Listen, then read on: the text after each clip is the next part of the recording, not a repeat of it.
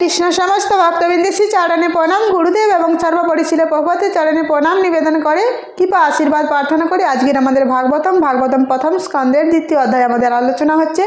তো আজকের শ্লোকে একটু কঠিনতম লাগবে হয়তো, তো আমরা সরলভাবে একটু দেখার চেষ্টা করব।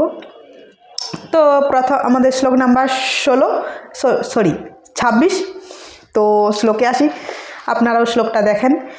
মুমুক্ষব ঘর রূপান হিত্বা ভূতপতিনাথ নারায়ণ কলা শান্ত শান্ত ভজন্তি অনুসূয়ব।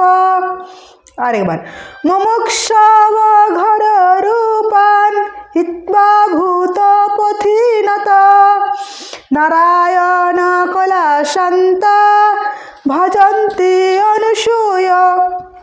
বা অনুবাদ, যারা মুক্তি লাভের জন্য ঐকান্তিকভাবে আগ্রহী তারা অবশ্যই ঐশ্বরিয়া রহিত এবং তারা সকলের প্রতি শ্রদ্ধাপরায়ণ, তথাপি তারা ভয়ঙ্কর আকৃষ্ট বিশিষ্টত দেব দেবীদের ত্যাগ করে কেবল পরমেশ্বর ভগবান শ্রী বিষ্ণুর এবং তার অংশ অবতারদের নিত্য আনন্দময় রূপের আরাধনা করেন।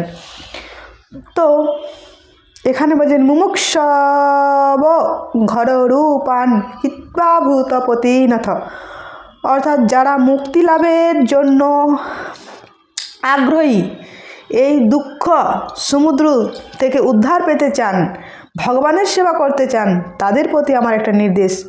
সুত গোস্বামী বলছেন দেবতাদের পূজা করবেন না। তারপরে কি বলছেন, ভূতপতিনাথ, অর্থাৎ ভূত বলতে এই যে জীব, মানুষ সকলকে বোঝায়, মানুষ পশু পাখি এই জীব, এই জীবেদের যিনি পতিকে না দেবতারা, তাদের এই দেবতারা পতি হলেও হিতবা তাদের পূজা করবেন না। হিতবা মানে তাদের পূজা করবেন না। ঘোর রূপান, তাদের মূর্তি আকৃতি ভয়ঙ্কর। তো আমরা দেখব কিছু কিছু শান্ত মূর্তিও আছে, তাই না? যেমন বিশ্বকর্মা, সরস্বতী দেবী, তো আরও কিছু কিছু মূর্তি যেগুলো খুবই ভয়ঙ্কর, তাই না? ঘোর রূপান তাদের মূর্তি। তো ঘোর রূপান মূর্তি আমরা দেখব মা দুর্গা, তো তার রূপ অত্যন্ত ঘোর রূপান, ভয়ঙ্কর আকৃতি। আমরা দেখব মা দুর্গা যখন শিব আর মহাদেব আর পার্বতী, তো তারা তো লাভ ম্যারেজ করে বিয়ে করেছেন না, তো সেক্ষেত্রে দক্ষ পার্বতীর পিতা সতীর পিতা, তো তিনি নিমন্ত্রণ করেননি। তো দুর্গা দেবী তিনি যাওয়ার জন্য তিনি শিব ঠাকুরকে বলছেন যে আমি বাবার বাড়ি যাব। তো বাবার বাড়ি যেতে গেলে আমন্ত্রণের প্রয়োজন নেই, নিমন্ত্রণের প্রয়োজন নেই, তো বাবার বাড়ি যখন তখন যাওয়া যায়।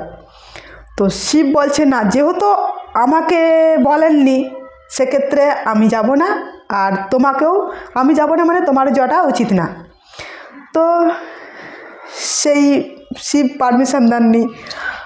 আর সেই সতী তিনি অনেকভাবে বুঝাচ্ছেন, দেখো বাপের বাড়ি যেতে হলে নিমন্ত্রণের প্রয়োজন হয় না, অনেকভাবে বুঝাচ্ছে। যখন না বোঝে, শিব বলে কোনো পারমিশনই দিচ্ছে না, তখন সতী কি ভেবেছো, আমাকে সাধারণ নারী পেয়েছো, দেখবে আমার রূপ।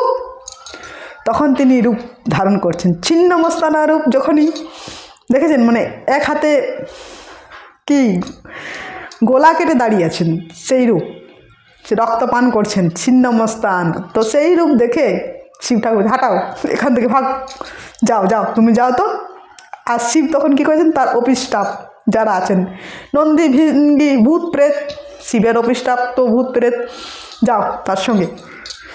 তো আমরা দেখব দেবতাদের যে রূপ সেগুলো কিন্তু ভয়ঙ্কর আকৃতি বিশিষ্ট।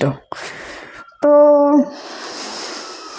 এটাই আজ পর্যন্ত, পরবর্তী আলোচনা পরে শ্লোকে নিয়ে আসবো। হরে কৃষ্ণ।